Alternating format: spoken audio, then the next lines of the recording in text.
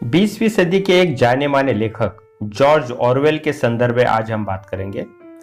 George Orwell का नाम लेते ही हमारे सामने उनकी दो महान कलाकृतियां आती है, जिनका नाम है एनिमल फार्म और 1984। उनका जन्म 25 जून 1903 को भारत में उस समय के बंगाल प्रांत के मोतिहारी इस शहर में हुआ था, जो अब बिहार राज्य में आता है। उनके पिताजी रिचर्ड ब्लेयर भारत में ब्रिटिश सरकार के नौकरी में थे। मोतिहारी में आज भी उनका घर ऐतिहासिक धरोहर के रूप में संभाला हुआ है। उनका ओरिजिनल नाम एरिक ब्लेयर था। वे जब 1 साल के थे तब उनकी मां उन्हें और उनके 2 बहनों को लेकर इंग्लैंड चली गई।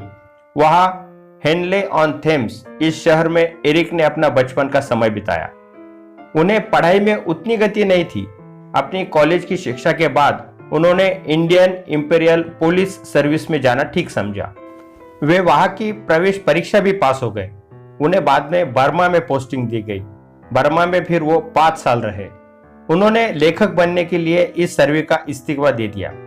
वहां के अनुभवों पर उन्होंने बाद में बर्मीज डेज ये उपन्यास और ये हैंगिंग और शूटिंग एन एलिफेंट ऐसे प्रसिद्ध निबंध लिखे।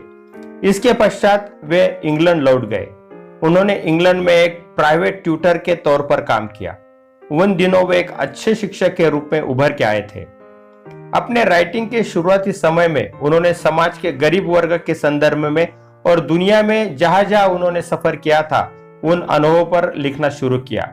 उनका यह साहित्य नॉन फिक्शन स्वरूप का था। इस संदर्भ में उनका 1937 की किताब द रोड टू वैगनपियर यह बहुत ही महत्वपूर्ण मानी जाती है। उन्होंने तीखे शब्दों में पॉलिटिकल राइटिंग भी की है। इसके साथ उन्होंने कई किताबों का गहराई से अध्ययन किया और उस पर समीक्षा की थी। दूसरा महायुद्ध शुरू होने के बाद वे फौज में काम करना चाहते थे, पर उन्हें इसके लिए अनफिट ठहराया गया। बाद में जब नाजी आक्रमण का खतरा बढ़ा तब एरिक को होमगार्ड सर्विस में ज्वाइन होने की अपॉर्चुनिटी मिली। युद्ध के दौरान उन्होंने बीबीसी के लिए भी काम किया। वहां वे ईस्ट एशिया के संदर्भ में समाचारों का नियंत्रण किया करते थे। एरिक ने ट्रिब्यून जैसे जाने माने पत्रिका के लिए भी रिव्यू लिखे थे। उन्होंने अपने जीवन काल में 2 महायुद्ध देखे। इसके साथ वे अलग अलग देशों में वहां के राज्यकर्ताओं ने जिस तरह अपने स्वार्थ के लिए सत्ता का दुरुपयोग किया है वो उन्होंने देखा था और उसका गहरा असर उन पर पड़ा था। इसका सीधा परिणाम हमें उनके साहित्य में देखने को मिलता है।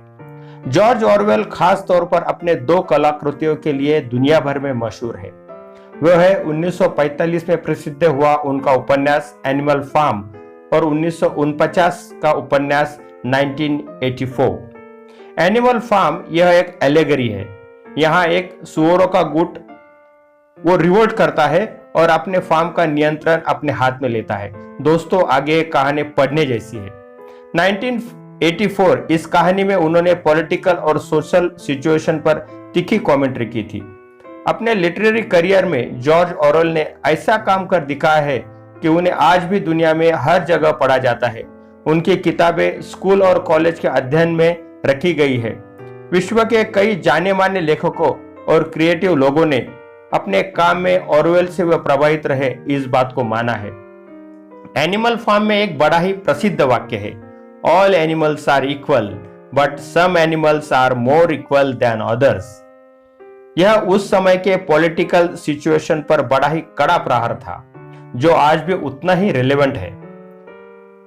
कोल्ड वॉर या शीत युद्ध जैसी संकल्पना का उपयोग में लाने वाले वो पहले आधुनिक लेखक हैं। उनके नाम से ऑरवेलियन ऐसी टर्म यूज में आती है जो एक सत्तावाद शासन के संदर्भ में प्रयोग में ली जाती है। जॉर्ज के 2 उपन्यास 20वीं सदी के बड़े ही महत्वपूर्ण उपन्यास माने जाते हैं।